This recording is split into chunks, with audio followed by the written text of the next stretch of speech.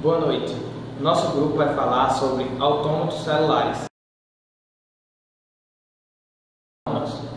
Marcos Paulo, Hugo Lima e William Gomes. O curso é de Sistema de Informação do segundo período, orientado pelo professor Maicon na matéria de Teoria da Computação da Faculdade Osmar Mendes. Introdução. O conceito de autômatos celulares foi inicialmente proposto por von Neumann e Gauss como um modelo simples para o estudo de processos biológicos relacionados à produção. No entanto, este modelo é aplicável a qualquer tipo de sistema composto por elementos discretos, sujeito a interações locais com regras definidas. Tal capacidade de modelagem tem atraído um grande interesse nos últimos anos. Tem sido desenvolvido em estudos sobre as aplicações dos autômatos celulares para os mais devidos fins, tais como as simulações de fenômenos físicos, as simulações de fenômenos naturais e as simulações de comportamentos de multidões. Definições. Autômatos celulares são sistemas matemáticos constituídos de componentes individuais simples, ou células, que se ligam formando redes comportamentais complexas. Estes, por sua vez, são considerados sistemas discretos, que evoluem no tempo de acordo com uma regra ou um programa. Formato das células. A geometria é a forma da grade de células, formada por dimensões de formato. Feito vocês podem observar, a primeira figura é uma figura de apenas uma dimensão, onde ela possui uma sequência linear de células, onde o próximo estado de cada célula depende do seu estado atual e das duas células ao lado. Já a segunda imagem é uma imagem 2D, ou seja, de duas dimensões. Ela é composta por células colocadas lado a lado, formando um plano. E a terceira e a última imagem, que é a imagem 3D, é um modelo de 3 dimensões, onde ocorre a distribuição das células em níveis espaciais. Os formatos das células. As células podem ter várias formas, desde que em um mesmo autômato todas as células sejam de uma mesma forma.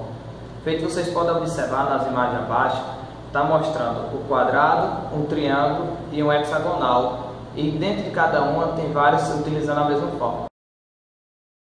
Células vizinhas. Vizinhança. Determinada seleção de células próximas. A vizinhança de Neumann.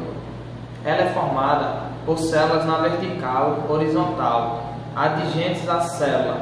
E também existe a vizinhança de Moore, que eu vou explicar no vídeo a seguir. Já a de Moore, ela é a célula na vertical, horizontal e na diagonal adjacentes à célula. Características das células autônomas. E existem também algumas regras de alteração de estado das células. Existem as células autômatas determinísticas, que são determinadas por algum objetivo, e existem as células autônomas não determinísticas, que não têm alguma determinação. E existem também alguns estados dessas células. Os estados das células, elas poderão ficar como inicial, existe o seu estado inicial, existe o seu estado inativo e existe o seu estado ativo. Então as células autômatas, ela possui 3 estados: o ativo, o inativo e o inicial. A aplicação dos autônomos celulares.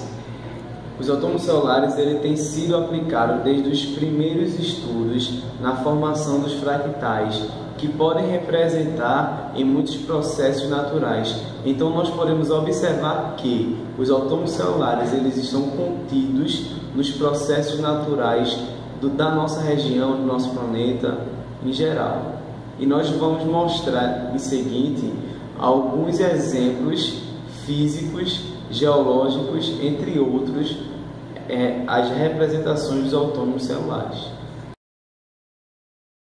Bom, o primeiro exemplo que iremos mostrar aqui sobre os autônomos celulares é o jogo da vida, que foi desenvolvido por John Coay. A morte é quando acaba as células vizinhas.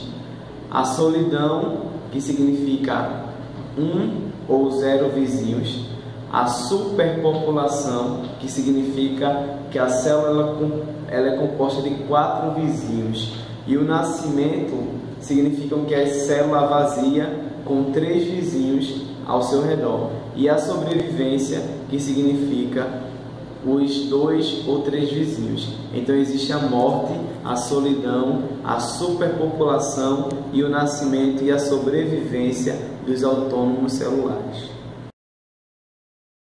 Aqui é uma forma física de materiais, que são as formações dos cristais e da penetração de outro material. Então, quando os cristais eles são formados, os autônomos das células eles são aumentados, vão se produzindo cada vez mais.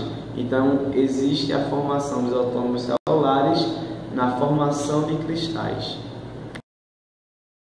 O que também nós temos de autônomos celulares são os fenômenos geológicos, que são estudos de falhas geológicas como terremotos e furacões e erupções vulcânicas.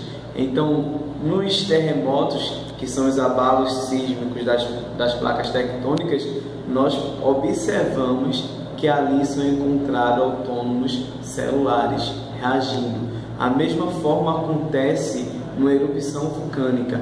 Nós também podemos observar que os autônomos celulares eles reagem nessas condições, tanto nos terremotos como nas erupções vulcânicas, como também em outros casos envolvendo essa parte geológica.